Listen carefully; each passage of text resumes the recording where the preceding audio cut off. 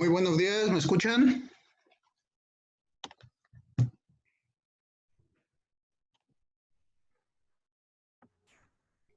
Sí se escucha, doctor Polanco, buenos días. Muy buen día, probando audio, video, ¿me ven bien todo? La sesión del día de hoy está programada para hablar de los derechos de las víctimas en la etapa inicial. Aquí tenemos que ir analizando varios supuestos. Esta es una etapa muy importante para cualquier procedimiento penal, fundamental para el desarrollo del mismo.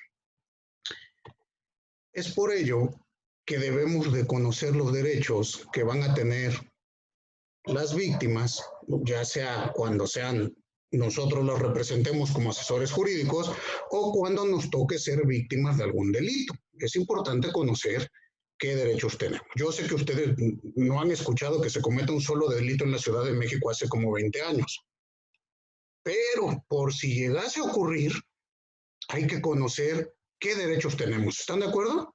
¿Creen que es importante saber esto o no? A mí me ha tocado ver abogados que llegan a una agencia del Ministerio Público y los corren.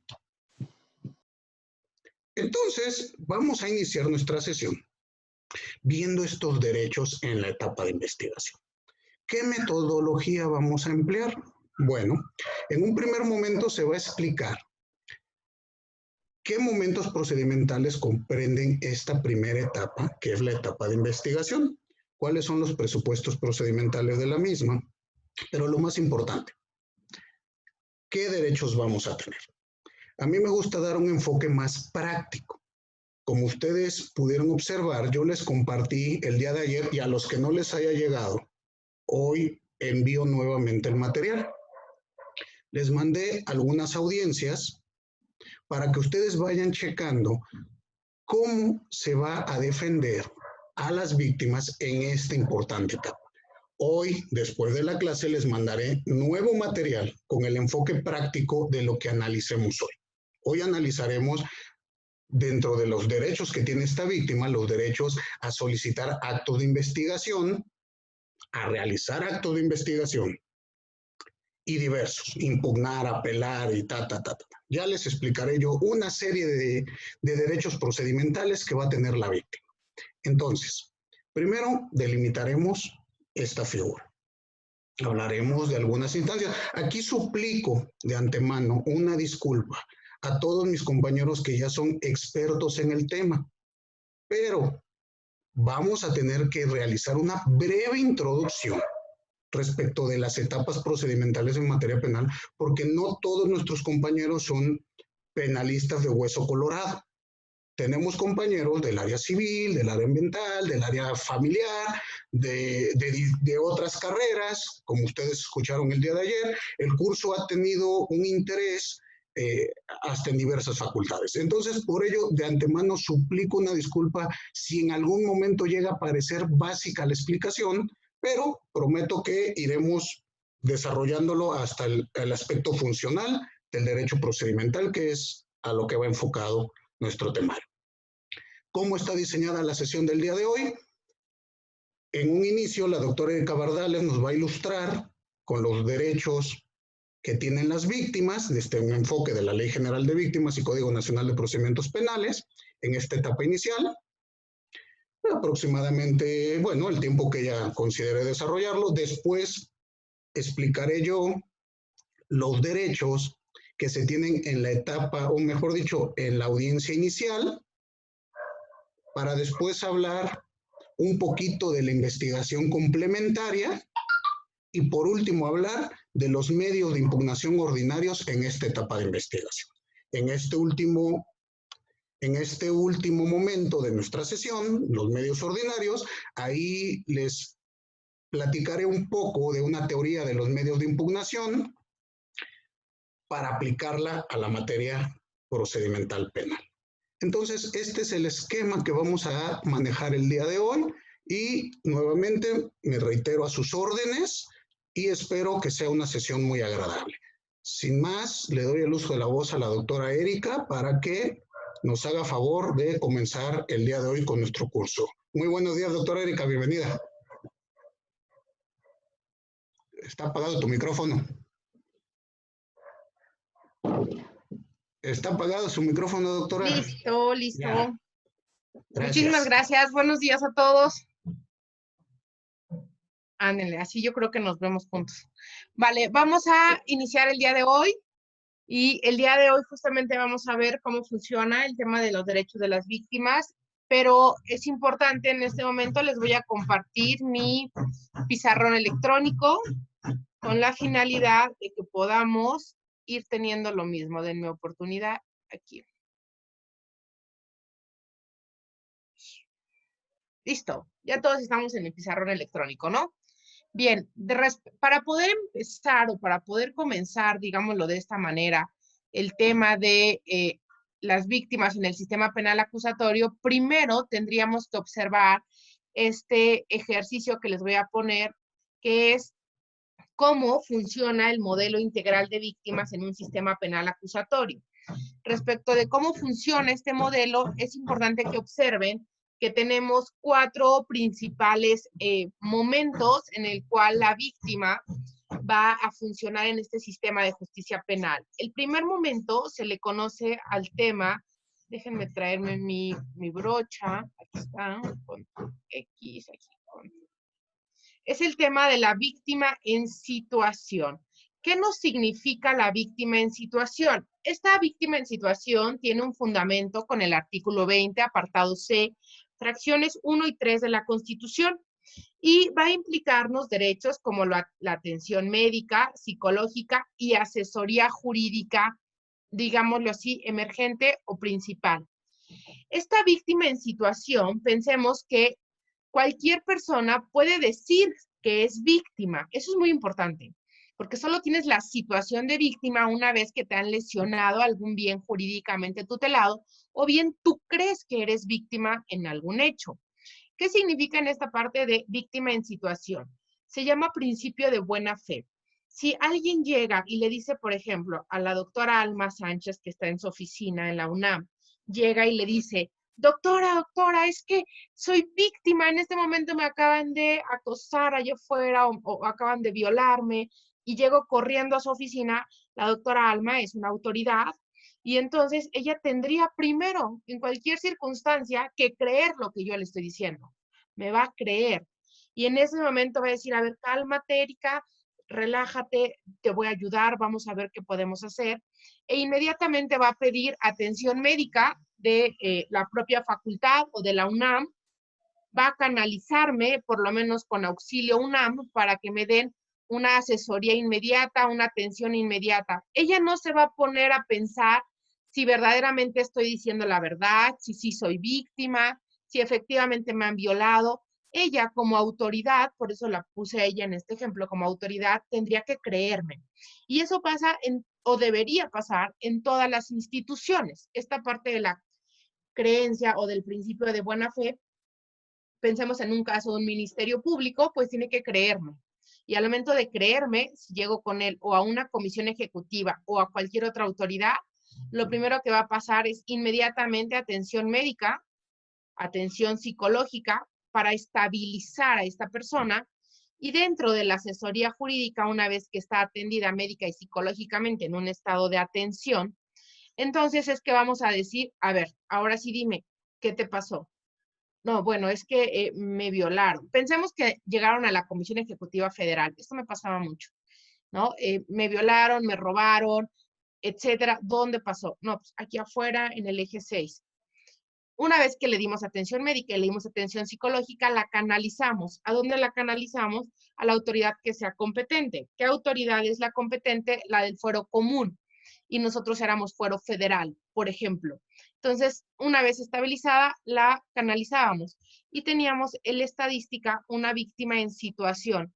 Nadie va a dudar que esta persona tiene la situación de víctima. Es más, pongo siempre un ejemplo muy interesante que nos establece. Imaginemos, por ejemplo, 2 personas. Uno llega y coloquialmente diríamos, le canta un tiro al otro. No, pues tú le vas a entrar o no, etcétera. Y el otro le dice, no me molestes, estoy en mi casa, no vengas a mi casa a hacerme relajo, por favor, vete. No, que ahorita tú y yo vamos a ver. Y entonces saca un machete el que llega a agredir y el agredido pues se defiende. Al momento en que el agredido se defiende, evidentemente ya todos sabemos que estamos en una defensa legítima, ¿no es cierto? Pero el que se defiende resultó más hábil que el que traía el machete. Y entonces le contesta y le da ahí unos cuantos machetazos en el brazo. La primera pregunta para nosotros como abogados sería, ¿quién es la víctima? ¿El que está en su casa y llegan a agredirlo a su casa con un machete? ¿O la persona que llegó a agredir, pero pues resultó que fue a la que le dieron los machetazos? Está interesante porque de alguna u otra manera ahí tenemos una víctima en situación. Cuando la persona que llegue con los machetazos dice, es que me dieron unos machetazos por acá y yo soy víctima, tenemos que analizar el asunto para saber si efectivamente esa persona es víctima o no es víctima.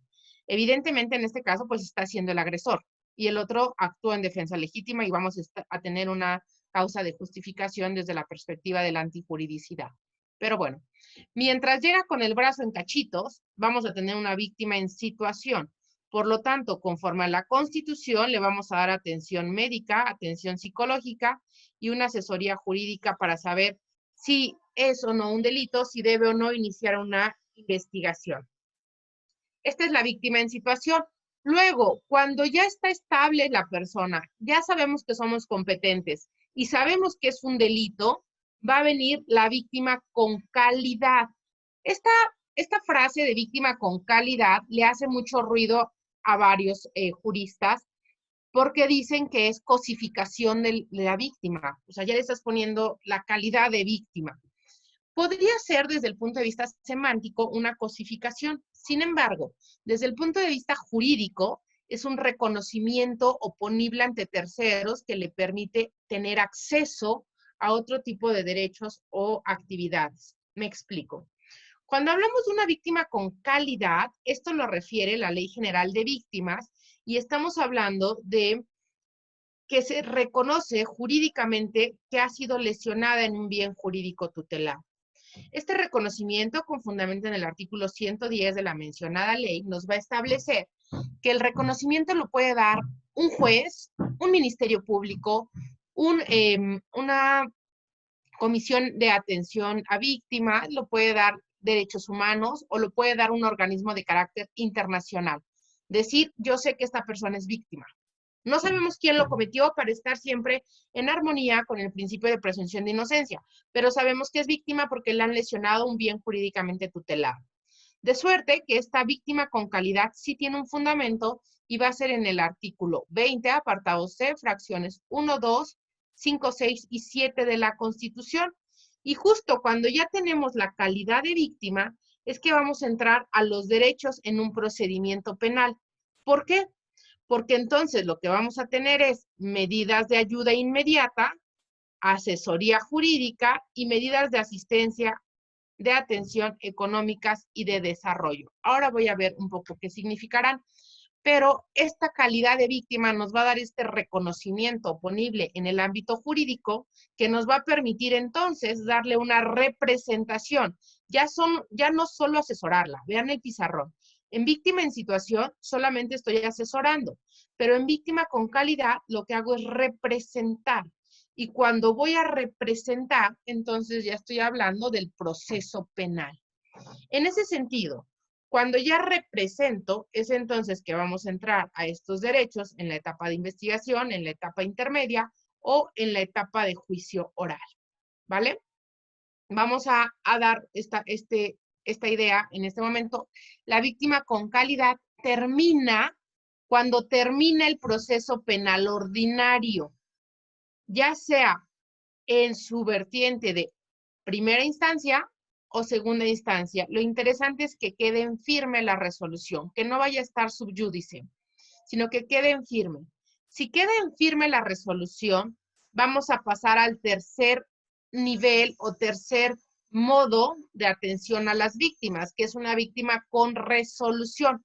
Ayer lo decía la persona con Jaime, que había estado trabajando en derechos humanos, no me acuerdo, creo que era Claudia o Erika, no recuerdo ahora el nombre preciso, pero decía, bueno, es que trabajé en derechos humanos, entonces si no tengo resolución no me dan lo demás. Claro que sí. Lo que pasa es que hasta que tienes resolución de un procedimiento en firme, en este caso materia penal, pero en caso de derechos humanos, una resolución de la Comisión de Derechos Humanos, tendríamos víctima con resolución. Cuando hay una resolución, ya no queda duda alguna de que es una víctima, ni tampoco queda duda alguna de que necesita una reparación del daño integral. Cuando se tiene esta víctima con resolución, es entonces que con fundamento en el artículo 20, apartado C, fracción cuarta, se tendrá el derecho a la reparación del daño. Este derecho a la reparación del daño ya va a atender a la restitución, rehabilitación, compensación, medidas de satisfacción y medidas de no repetición. Cuando ya se le ha dado esta reparación integral a la víctima, entra algo que se llama, o le hemos llamado, víctima en reinserción. Le puse la palabra reinserción por ser un curso para abogados principalmente, y todos ubicamos el término reinserción cuando hablamos del sentenciado. Entonces, si el derecho penal se preocupa por reinsertar a una persona a la sociedad, por ayudarlo a regresar a la sociedad, ¿por qué no pensar que también se debe preocupar por regresar a la víctima a una sociedad? Ayudarla a esta transformación. La palabra desde el derecho humano que ha manejado en el tema de víctimas es víctima transformada. En el tema de derecho penal podríamos llamarle víctima en reinserción. Si hablamos de una víctima transformada también tenemos que ayudarla a que regrese a la sociedad. Porque una mujer violentada sexualmente, un niño abusado sexualmente, es más, una persona que le han robado, tiene que regresar a la sociedad y tiene que regresar de la mejor manera. De suerte que este último punto se llama víctima en reinserción. Yo les quiero contar un asunto en el cual yo participé y me sentí muy contenta. Era una mujer que le matan a su esposo era policía federal, por eso es que tuvimos competencia. Su esposo como policía federal muere en el ejercicio de su deber, en sus funciones, y entonces ella entra como víctima en situación, pero entra como víctima indirecta. ¿Qué significa esta parte de víctima indirecta? Pues ella no fue la que resintió la lesión del bien jurídico tutelado, sino que fue su marido, pero ella tenía 2 hijos más ella. Eran 3 víctimas en situación indirecta. Se le dio atención médica, no tenían lesiones, pero es parte del protocolo. Sí se le dio muy fuerte atención psicológica, pues porque al final del día se quedaron sin su padre y ella sin su esposo, y se le dio asesoría jurídica para decirle que podíamos representarla en el proceso penal como ofendida con la finalidad de obtener en su momento los derechos que la ley le establecía. Cuando llegamos al proceso penal, en la etapa de investigación inicial, que es lo que vamos a ver hoy con Adrián, en la etapa de investigación inicial, se le dijo al órgano jurisdiccional, su señoría, no sabemos quién lo mató. No vamos a atribuirle responsabilidad a nadie en este momento porque hay una investigación en curso. Pero sí sabemos que hay un muerto y sí sabemos que ella es la viuda, pues tiene un acta de matrimonio, y sí sabemos que hay 2 huérfanos, pues hay un acta de nacimiento de cada uno de ellos. Por tanto, y sin violentar el principio de presunción de inocencia, pedimos que se le reconozca la calidad de víctima indirecta. ¿Por qué queríamos que se le reconociera la calidad de víctima indirecta? Porque con ese pequeño oficio que nos hace el órgano jurisdiccional o el Ministerio Público, dependiendo del momento procesal, se abre la llave para el fondo de acceso o fondo de atención a víctimas que marca la Ley General de Víctimas. Este fondo que entonces ya le permitió a esta mujer estar dentro de las medidas de ayuda inmediata que implicaba, por ejemplo, canasta básica. Mientras se estructuraba la nueva forma de vida de esta mujer, pues se le dio ayuda de canasta básica, se le ayudaron en los traslados a FGR para poder llevar a cabo las diligencias del procedimiento y se le pagaron los gastos funerarios de su esposo, ¿no? pero yo no hubiera podido autorizar pago de gastos funerarios, ni pago de traslados, ni pago de alimentación, si no tenía la calidad de víctima. Porque esta calidad de víctima me justifica a mí tomar recursos del fondo o autorizarlos y no con ser considerada una desviación del recurso o ser considerado un abuso de autoridad o algún tipo de funcionamiento diferente del que marca la ley. Principalmente desvío de recursos. Yo con eso justifico, tiene calidad de víctima, entonces puedo acceder a los recursos. Esto es bien importante porque a veces los abogados que no estudian, por supuesto, no vienen a la máxima casa de estudios, ni se inscriben, ni leen, quieren llegar y que inmediatamente las comisiones ejecutivas o las autoridades, principalmente las comisiones ejecutivas, que son las que dirigen los fondos, quieren que ya les paguen el traslado, les paguen vivienda, les paguen gastos funerarios, les ayuden con las búsquedas, les ayuden con todo. Sí, pero yo no puedo disponer de recursos si no tengo un documento que me permita abrir el fondo. Y ese documento es precisamente este denominado calidad de víctima, que está contenido y contemplado en el artículo 110 de la Ley General de Víctimas. Solo con este documento yo entro al fondo y puedo pagar. Esto es porque Adrián, cuando le ha tocado el tema del litigio, le ha tocado muchos abogados que llegan y quieren pedir ya los gastos funerarios, ya la ayuda de manutención, ya quieren un médico, un psicólogo privado. Todo eso lo podemos pagar solo si está el documento de calidad de víctima, que es oponible a terceros. ¿Qué significa? Que me va a justificar el por qué estoy tomando no recursos del fondo. ¿Sale? Luego de estas medidas que son traslados, alojamientos, es más, de la chica esta que les estaba contando, le dimos atención económica para que pudiera venir a GGR a las diferentes diligencias, le dimos atención para el pago de gastos funerarios y le dimos atención para el gasto de canasta básica. Después se le dieron las medidas de asesoría jurídica. ¿Qué significa? Temblor. Y alarma sísmica. Ve por los niños. Permiso, ¿estás en video? Sí.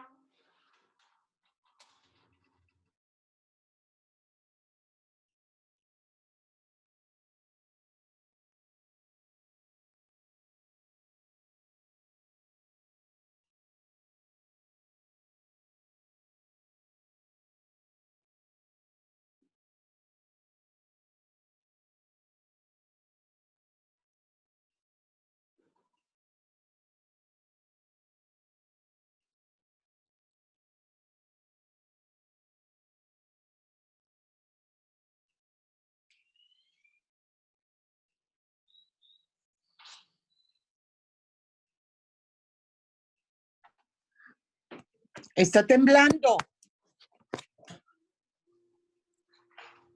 Párate en la... Sí. Aquí. Está durísimo. Tranquilo. Tranquilo.